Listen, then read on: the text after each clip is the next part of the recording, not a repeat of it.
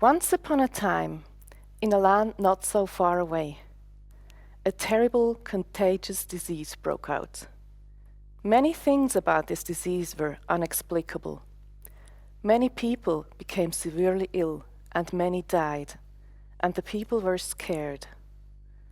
As the disease started to break out, scientists' voices began to emerge. They were working on research to uncover the mystery of the disease and sharing their initial findings. And the people and the policymakers of this country suddenly remembered, oh, thank goodness for science. It will give us explanations and cures.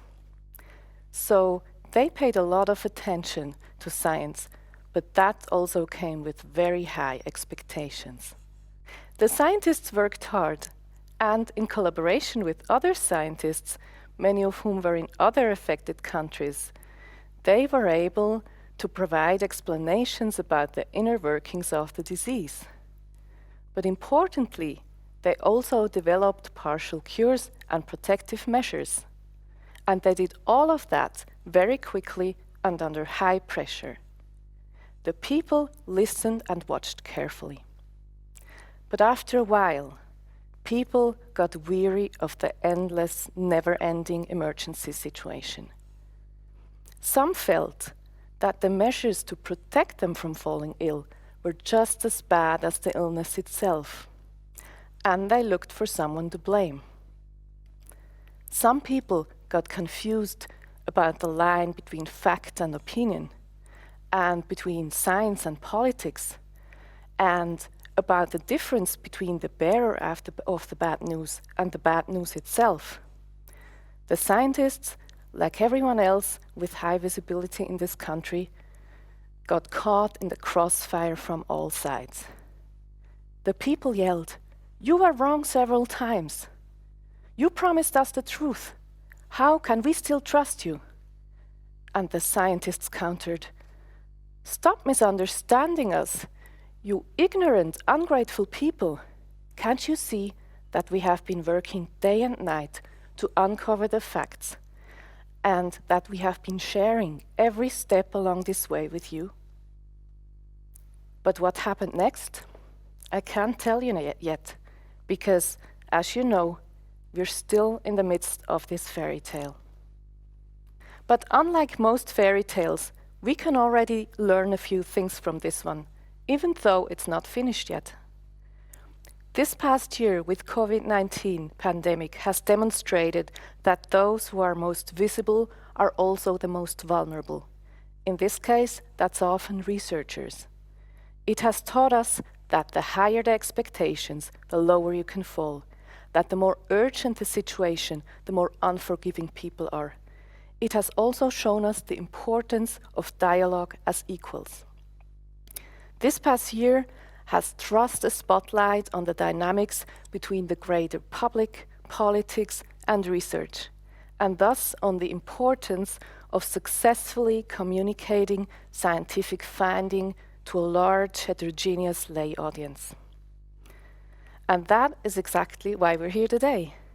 Welcome to the FameLab semifinals at the University of Zurich. FameLab is a science communication competition for young researchers that started in the UK in 2005 and has spread to a number of countries since then. Some of you are familiar with poetry slams, and the rules are similar here. Each participant has 3 minutes to present a scientific topic of their choice in a way that the general public would understand. The content should be scientifically accurate, but also engaging and fun to listen to. Participants are not allowed to use electronic support, such as slides, videos, audio recordings, but they are allowed to use minimal props if they want. All presentations will be rated by the jury according to 3 criteria: content, clarity, charisma. These 3 criteria make the task tricky, of course. As we all know, content, clarity, and charisma quite often stand in each other's way. Now, let me introduce our jury for today's semifinals. Claudia Appenzeller is Secretary General and Head of the Management Office of the Swiss Academy of Arts and Sciences. After completing her degree in translation, she received postgraduate degrees in public administration and management. She built up programs geared to the internationalization of startups and was director of the Swiss Scientific Olympiads. Benno Baumberger is an independent NPO and communication expert. He studied history and has been working in the field of education, science, and the promotion of young researchers for more than 15 years. Stefan Neuhaus is professor for neurobiology at the University of Zurich and Vice Dean Research of the Science Faculty. He has a background in developmental neurogenetics. The winners selected today by the jury will be participating in the FameLab finals in Bern this fall. The winners in Bern, in turn, will represent Switzerland at the virtual international FameLab final later this year. Before we start with the competition, I'd like to say a big thank you to Life Science Zurich, who is the main organizer of FameLab Switzerland, but also to its partners, Bioscience Network Lausanne, REACH, the Graduate Center of the University of Basel, and the British Council and Embassy. And now I think we're ready to start. I can't wait to hear today's participants tell their tales. Best of luck to all of you.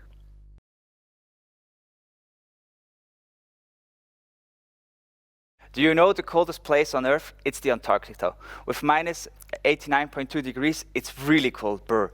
But where we are going, it will be much colder. We are going to minus 273 Celsius. At that point, nothing moves. Everything is stiff and star, and you don't have any movement left. But there's one thing that can still be moving at that point, and that's a spin liquid. So I will go and explain to you a little bit about the quantum spin liquid. So imagine a lattice. So this is my model of a lattice, and here, those three white big balls are the atoms. And those atoms, they have a spin. And in the simplest case, you can think of a spin as a bar magnet with a north and a south pole. This is denoted with a red bar and a green bar. So if you just look at the upper two atoms, the preferred arrangement of the spins would be pointing to the south pole and pointing to the north pole, because these two attract each other. If we both are pointing in the north pole, like this, then they would repel each other. So what will happen if you are on a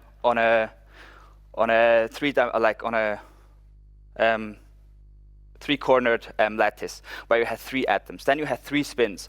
So what will happen then is when you have one spin pointing in the south pole and the other pointing in the north pole, the third one here cannot point in the south pole because it will repel with this one. And if you flip it, it will repel with each other with the north pole. So what will happen is that this spin will always be moving. And so that's why it's called a spin liquid, because you see the movement of the spin. And this movement is still happening at the lowest temperature. So, and even more, there is more things that can happen. When one spin is flipping, the other one will be flipping as well. And now if you imagine an entire lattice of those, what will happen then is that it's like a pair dance, where those spins will move together over the entire lattice. And this is called in physics long-range quantum entanglement. And you could even think about this as a potential of a quantum computer. But there's one big drawback to my story that I'm telling you up to now. The thing that's happening is that we do not understand fully a spin liquid. So that's where I come in. So what I'm doing in my research group, we have a little particle accelerator in Aarau, and what we are doing, we accelerate particles and we create a muon. A muon is an elementary particle with a north and a south pole, and this is like a compass, where we send this compass into our spin liquid, and this can detect the magnetism like this. So that's how we overcome this barrier of really low temperatures, small magnetism, and that's how we're trying to find this quantum spin liquid. So wish me all the best of luck of finding those. Thank you.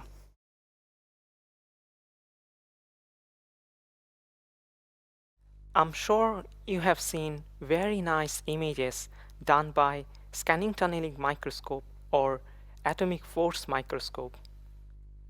Let me explain how does it work? Means how can we get such a nice atomic resolution? So let's consider we have a tip which is oscillating at its resonance frequency, and we have a molecule at the surface which is far away from the tip.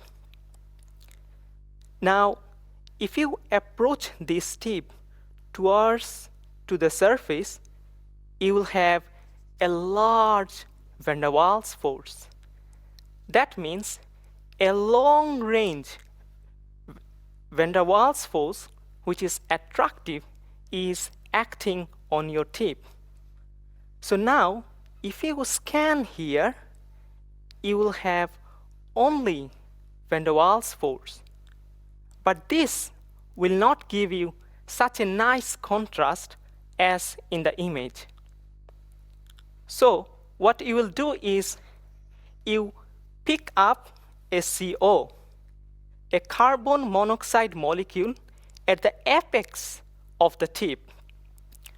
So why do you have a CO at the apex of the tip?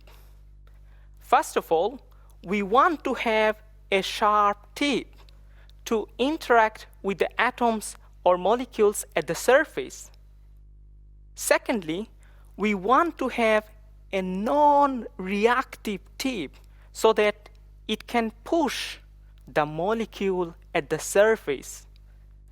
So now, if you bring this CO functionalized tip close to the surface, you will have only van der Waals force. But this will not give you such a nice contrast as in the image. You may wonder that what can I do next? Now what you have to do is now that you bring this CO functionalized tip so close to the surface that it touch the molecule at the surface so that you get into a repulsive contact. So now, if you scan here with this CO functionalized tip, you will have a large van der Waals force with short range repulsive force. So in this image, your background is an attractive force with local repulsive force. And that's how you get such a nice image. Thank you very much.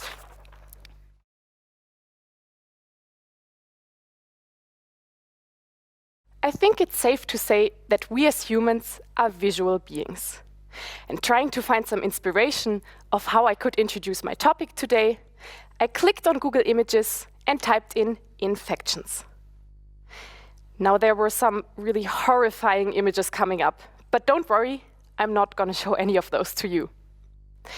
So besides those nasty images, there were also some really beautiful pictures of microorganisms from close up. Those spiky virus balls, some sausage-like bacteria, and those sprouting fungi looking like a flower on a microscopic scale. Looking at these images, I noticed something. All of them showed many of a single microorganism. But when we observe the environment, this is not the case. Microorganisms are not on their own. They tend to co-occur. And moving to disease, the same is true here. It's been recognized that most infections are in fact also polymicrobial. What does this mean now if we want to treat a patient? Should we attack the bug that wants to kill you the most? Or should we consider the others as well? I want you to meet two friends of mine, Agri and Gordon. Agri cannot cook, but Gordon can, and happily does so to provide for Agri. But Gordon makes a huge mess in the kitchen, leaving everything out and about. Were it not for Agri, cleaning up the byproducts of Gordon's cooking, unused food would turn bad and toxify the surroundings, becoming a threat for both of them. And this is exactly what happens during an abscess co-infection. Streptococcus gordoni produces food for Aggregatibacter actinomycetem comitans. However, at the same time, Streptococcus releases highly toxic byproducts, which are bad for both of them. Now, Aggregatibacter can detoxify them. if the two of them are in close proximity. And this is exactly the key for us to treat this particular infection. We just need to separate them, which is easily done by inactivating an enzyme. And whoops, the synergy between the two of them is disrupted. Now, Aggregatibacter starves to death, and Streptococcus gordoni slowly toxifies himself. So if we want to treat infections efficiently, let's think about both Agri and Gordon and how they interact.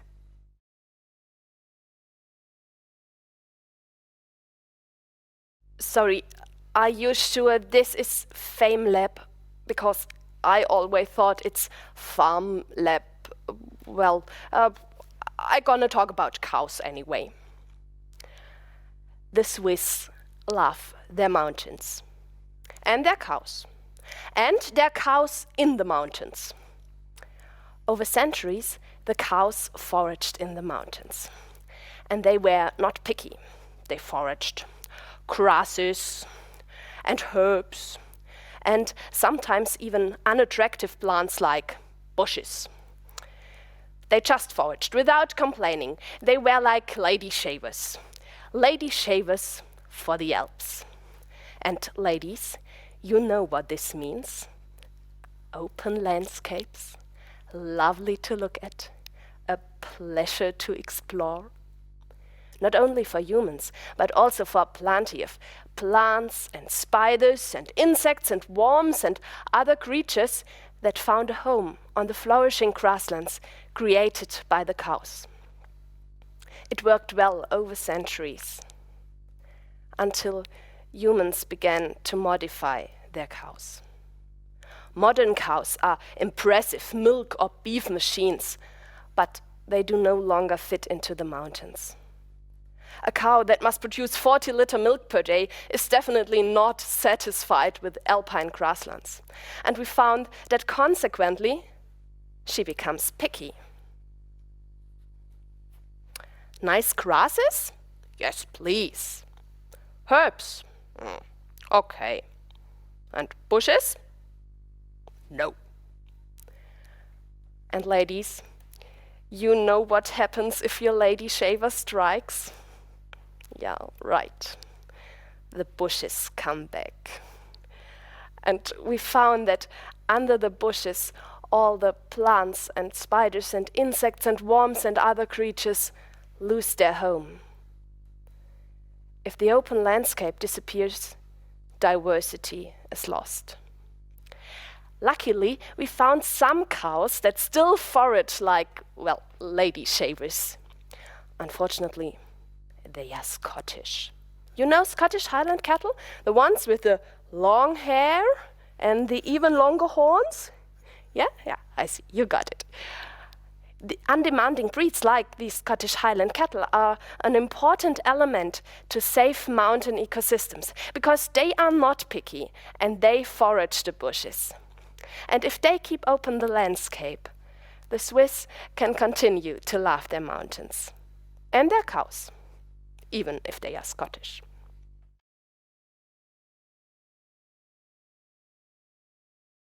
Brain controls all the processes in our organism, feeling, thinking, movements, and therefore not surprisingly that many scientists consider it as the most complex organ. But if it's such a complicated system, can something go wrong? Yes, it can. And this is what we name brain disorders. And because brain controls all the processes in our organism, brain disorders can also be quite diverse. For instance, Parkinson's disease will affect your motor movements, whereas depression or addiction will diminish your mood and feelings. But can we do something with that? Can we somehow treat some of these disorders or at least ameliorate the symptoms? Yes, we can. And for this, we will use basic neuroscience knowledges. So, we know that the neurons communicate with each other by the means of electrical signals. And if a certain brain region is damaged, it will produce an incorrect signal. But can we somehow adjust this incorrect signal to make it right? Yes, we can. And this is what leads neuroscientists to the developing of the deep brain stimulation technique. So, the idea is the following. You implant a metal electrode inside the brain to target your damaged brain region. Then, you use this electrode to deliver the current of a right amplitude and frequency therefore fixing the corrupted signal. And the results of deep brain stimulation can be quite astonishing. I personally was dazzled with a publication that demonstrated that alcohol addict that was suffering from the alcoholism for many years and was completely resistant to currently available pharmacological treatments, after has been implanted this deep brain stimulation electrodes and they were switched on, could completely abstain from drinking, like tick effect. But of course, deep brain stimulation requires refined neurosurgery, and as many other surgeries is accompanied by side effects. But how cool it will be if we have a brain stimulation technique that could target the deep brain regions, but without any surgery. And such method has just recently been developed. In brief, you use two electric fields that I demonstrate with palms of my hands, and on their own, these fields do not interact with the brain, so they're completely harmless. But if you make these two fields overlap, in this overlapping spot, or scientifically speaking, interference spot, you'll produce a third field, and this third field will interact with the brain and can be used to fix the corrupted signal. And this is like a short summary of what I just said. So you have two fields that are orange and red, nothing produced at all, completely harmless, and they interfere in this blue spot located inside the brain, deep in the brain. And for this, by means of this technique, you can stimulate deep brain regions, cure and ameliorate a lot of symptoms. And as I said, it's located deep in the brain and also deep in my heart, because I love neuroscience. Thank you.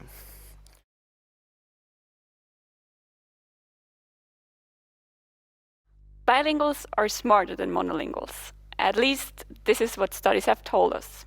These studies said that bilinguals have advantages in life that go beyond speaking two languages.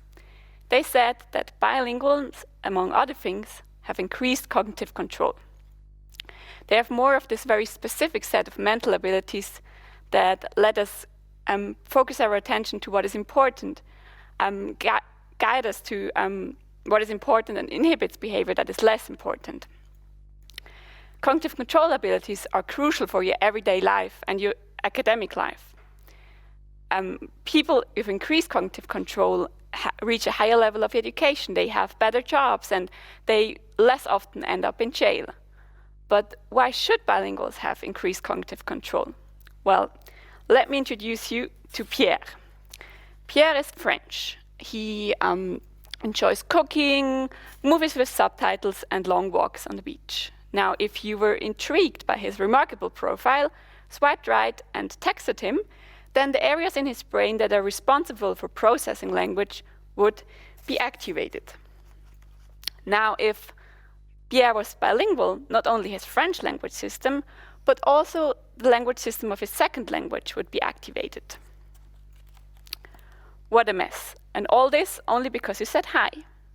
And this is where Pierre's cognitive control abilities step in, inhibit the irrelevant language system, and resolve the chaos.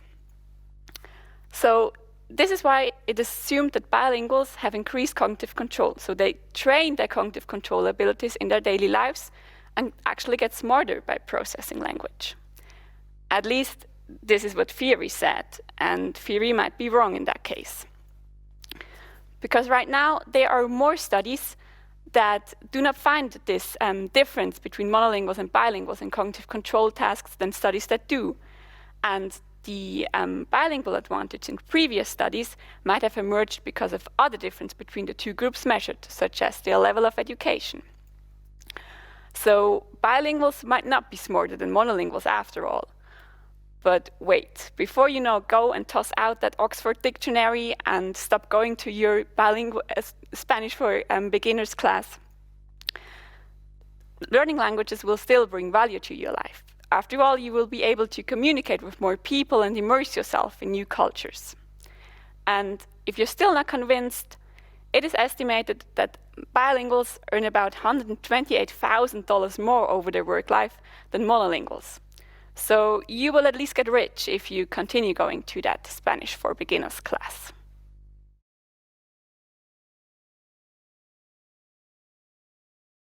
Imagine getting old. Now I know it's not the most perfect, pleasant thought, but it's inevitable for all of us. And with this age comes a lot of health issues. Can be heart, kidney, bone related. But what if these all diseases were connected by just one diagnostic marker which can help in diagnosing these diseases, and which is not a protein or an enzyme, but actually is a small phosphorus-containing ion. The rise in the level of these ions in the body might give rise to such diseases.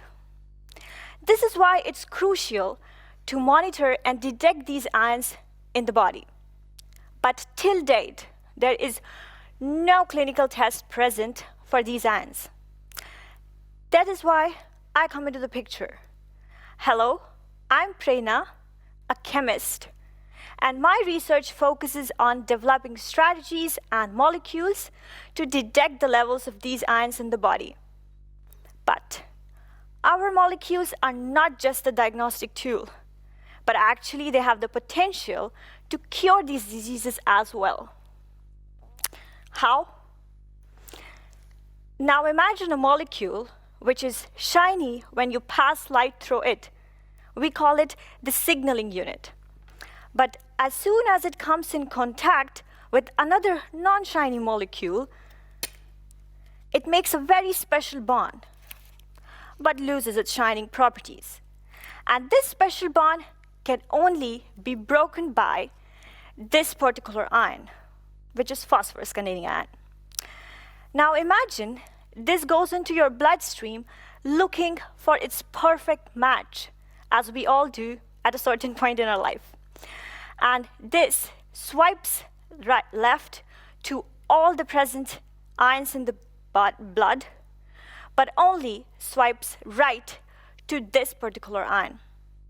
And when that happens, the bond breaks and the signaling unit is out again with its shining properties, which we can detect and see. And the rest of the molecule actually has the potential to bind this excess and potentially remove it from the body, thus curing the disease itself. Kind of killing two birds with one stone. Now imagine a future where you just go to the doctor and the doctor is like, you are diagnosed with X disease, but it's already cured. Wouldn't you want that future? Wouldn't you want it to be less struggling for all of us? Thank you, that's my time.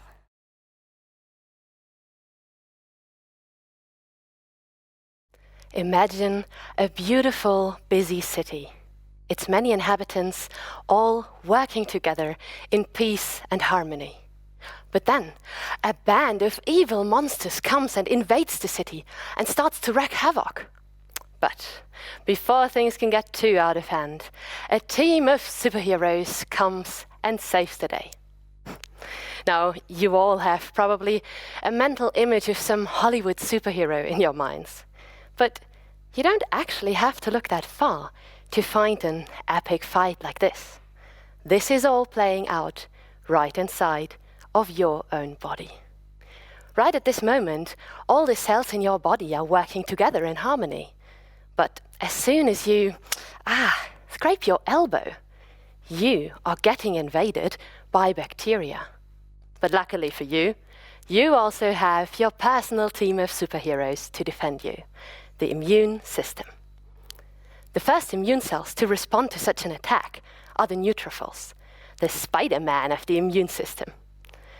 As soon as bacteria enter your body, their spidey senses start tingling, and they rush to the site of the infection. There, they have an amazing way of fighting. They shoot out sticky nets to trap the bacteria. To make these nets, neutrophils do something that seems insane. They cut up and unravel all of the tightly packed DNA that they have in their core, their precious genetic material, to throw it out as a huge mesh. The unsuspecting bacteria get caught in these sticky DNA nets. That makes them easy prey for other neutrophils to come and eat them. To make matters even worse for the bacteria, neutrophils can also release toxic molecules, and these stick to the DNA nets, making them veritable death traps for the bacteria. All of this makes neutrophils super effective at fighting bacteria. But as always, with great power comes great responsibility. And when neutrophils get too overexcited, they can actually end up causing a lot of harm to the surrounding tissue. And their nets can sometimes be spots where blood coagulates, and that may increase the risk for thrombosis or heart attacks. That is why researchers all around the world are trying to find out more about how neutrophils work and how they're regulated, so that we can count on our superheroes to fight the monsters, but also make sure they don't destroy the city in the process. What a lot of fascinating science stories. Thank you, audience, for watching today's FameLab Zurich semifinals. And now please stay with us, because we're going to do some time traveling together in just a minute, and we're going to jump straight to the moment when I announce the jury's decision.